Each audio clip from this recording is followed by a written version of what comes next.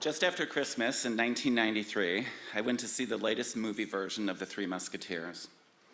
In that version, at the climax, the Musketeers kill Cardinal Richelieu. When I saw that, I leaned back, bracing myself in disbelief. I looked around the theater. No one was shocked. They should have been. Cardinal Richelieu does not die that way. And this isn't a case of the book being better than the movie. I hadn't even read The Three Musketeers at this point, but I had just spent the previous 4 months studying French history in grad school, and I did not suffer through those months to have Cardinal Richelieu die like that. But let me back up just a bit. As long as I can remember, I had always wanted to be a history professor. I think I might have been born with elbow patches on my sleeves. So a few years after college, I went to grad school, and my school had one of the largest academic libraries in the world. And only grad students and professors could go into the stacks, had access to the stacks. And the stacks are the shelves where all of the books are stored. Anyone could check out a book, but I could wander amongst the books. So it was to the stacks I stormed just after Christmas. I left the theater furious and also doubting myself. You see, I had just dropped out of grad school. So maybe I was wrong about Cardinal Richelieu. Maybe I was wrong about everything.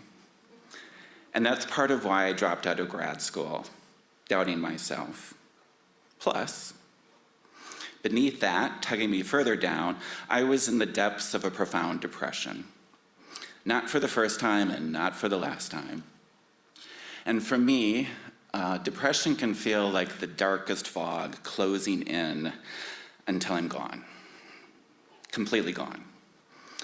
I can push it away, just barely, by just making it till after exams, or just making it till after the holidays, or after a weekend, or after a movie. But it took everything from me to make it just till.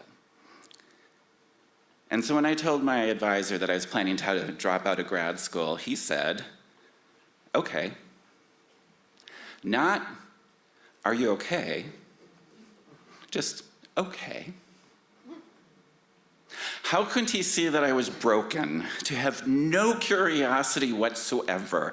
Was I supposed to have worn sad gray sweatpants to announce that something was wrong? It wasn't just that my dream was ending. It was me. My entire being had come undone. And to that he said, okay. And any expressed anger you might hear is new. Back then, I just assumed that his indifference was all that I deserved. I didn't know how to ask for more. I didn't know how to not joke, to not say, I'm fine, when I wasn't.